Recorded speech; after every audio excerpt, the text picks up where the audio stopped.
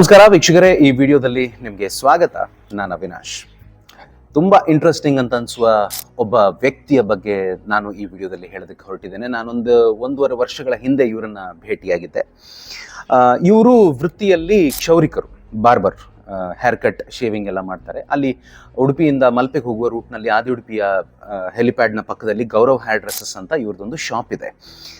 ಪ್ರತಿ ಮಂಗಳವಾರ ಇವರಿಗೆಲ್ಲ ರಜೆ, ನಿಮ್ಗೆ ಗೊತ್ತೇ ಇದೆ. ಆದರೆ ಇವರು ಪ್ರತಿ ಮಂಗಳವಾರ ಏನು ಮಾಡ್ತಾರೆ ಅಂತಂದರೆ, ಉಡುಪಿಯ ಕೆಲವು ಅನಾಥಾಶ್ರಮಗಳು ಮತ್ತು ವೃದ್ಧಾಶ್ರಮಗಳನ್ನೆಲ್ಲ ಅವರು ಆಯ್ಕೆ ಮಾಡ್ಕೊಂಡಿದ್ದಾರೆ. ಅಲ್ಲಿಗೆ ಹೋಗಿ ಅಲ್ಲಿರುವಂಥ ಇನ್ಮೇಟ್ಸ್ಗಳಿಗೆ ಇವರು ಹೇರ್ ಕಟ್ಟಿಂಗ್, ಶೇವಿಂಗ್ ಎಲ್ಲ ಮಾಡ್ತಾರೆ ಪ್ರತಿ ಮಂಗಳವಾರ.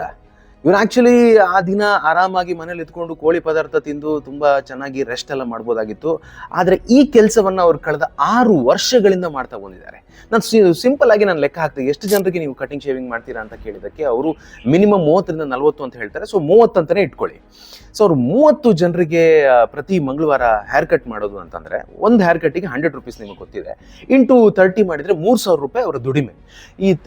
ಅಂದರೆ ಒಂದು ವಾರದ 3,000 ರೂಪಾಯಿ, 3, 6, 9, 12, 12,000 ಪ್ರತಿ ತಿಂಗಳು ಅಂತಂದರೆ ಇಂಟು 12 ಮಾಡಿದರೆ ಎಷ್ಟಾಗುತ್ತೆ, ಇಂಟು 6 ವರ್ಷ ಮಾಡಿದರೆ ಎಷ್ಟಾಗುತ್ತೆ ಅನ್ನೋದನ್ನು ನಾವಿಲ್ಲಿ ಗಮನಿಸಬೇಕು ವೀಕ್ಷಕರೇ.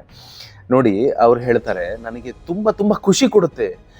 ರವಿ ಕಟ್ಪಾಡಿ ಒಂದು ಕಡೆಯಲ್ಲಿ ಒಂದು ಮಾತು ಹೇಳ್ತಾರೆ, ನಾನು ಸಮಾಜ ಸೇವೆ ಮಾಡಬೇಕು ಅಂತ ನನಗೆ ತುಂಬ ಮನಸ್ಸಿದೆ, ಆದರೆ ನಾನು ದುಡ್ದು ಹಣ ಸಂಪಾದನೆ ಮಾಡಿ ಯಾರಿಗೂ ಹಣದ ರೂಪದಲ್ಲಿ ಹೆಲ್ಪ್ ಮಾಡೋಕ್ಕಾಗಲ್ಲ, ಅದು ನನ್ನಿಂದ ಸಾಧ್ಯನೇ ಇಲ್ಲ. ಈ ಸತೀಶ್ ಸುವರ್ಣ ಕೂಡ ಇದನ್ನೇ ಹೇಳ್ತಾರೆ, ನಾ ಯಾನ್ ಬಿಂದದ ಏರಿಗಳ ಹೆಲ್ಪ್ ಮಲ್ಪರಿಗೆ ಆಪೂಜಿ ಅಂತ. ಆದರೆ ಈ ಥರದಲ್ಲಿ ಮಾಡ್ಬೋದು. ಇಲ್ಲಿ ನಾವು ಗಮನಿಸಬೇಕಾದಂಥ ಬಹಳ ಮುಖ್ಯ ವಿಷಯ ಏನು ಅಂತಂದರೆ, ಕೆಲಸ ಯಾವುದೇ ಇರಲಿ ಅಥವಾ ಸೇವೆ ಯಾವುದೇ ಇರಲಿ ಅಥವಾ ವಿಷಯ ಯಾವುದೇ ಇರಲಿ, ಅದು ಮಾಡೋದಕ್ಕೆ ನಮಗೆ ಇಚ್ಛಾಶಕ್ತಿ ಬೇಕು. ಈ ಇಚ್ಛಾಶಕ್ತಿ ಒಂದಿದ್ರೆ ನಮಗೆ ದಾರಿ ತನ್ನಿಂತಾನೇ ಓಪನ್ ಅಪ್ ಆಗ್ತಾ ಹೋಗುತ್ತೆ. ಅದು ವಸ್ತುಗಳ ರೂಪದಲ್ಲಾಗಿರ್ಬೋದು, ಸನ್ನಿವೇಶ ಸಂದರ್ಭಗಳ ರೂಪದಲ್ಲಾಗಿರ್ಬೋದು, ಅಥವಾ ಯಾರೋ ವ್ಯಕ್ತಿಗಳ ರೂಪದಲ್ಲೇ ಆಗಿರ್ಬೋದು, ನಮಗೆ ದಾರಿ ಅಂತೂ ಓಪನ್ ಅಪ್ ಆಗ್ತಾ ಹೋಗುತ್ತೆ. ಇಂಥ ಸೇವೆಯನ್ನು ಮಾಡ್ತಾ ಇರುವಂಥ ಸತೀಶ್ ಸುವರ್ಣ ನಿಜಕ್ಕೂ ನಮ್ಮ ನಡುವಿನ ಹೀರೋ ಅಂತ ನನಗನ್ಸುತ್ತೆ. ಮತ್ತು ಅದನ್ನು ನಿರಂತರವಾಗಿ ಮಾಡ್ಕೊಂಡು ಹೋಗೋದು ಅಂತ ಸುಲಭದ ಮಾತು ಕೂಡ ಖಂಡಿತ ಅಲ್ಲ. ಕೆಳಗಡೆ ಅವರ ನಂಬರ್ ಹಾಕಿದ್ದೀನಿ, ಸಾಧ್ಯ ಆದರೆ ಒಂದು ಸಲ ನೀವು ಅವರಿಗೆ ಫೋನ್ ಮಾಡಿ ಅವರ ಈ ಕೆಲಸಕ್ಕೆ ಅಭಿನಂದನೆಯನ್ನು ಹೇಳಿ, ಅಥವಾ ಆ ಕಡೆ ಹೋಗಿದ್ದಾಗ ಶಾಪಲ್ಲಿ ಅವರನ್ನು ಮೀಟ್ ಮಾಡಿ ಒಂದು ಶೇಕ್ ಹ್ಯಾಂಡ್ ಮಾಡಿ ಬನ್ನಿ. ನಮಸ್ಕಾರ.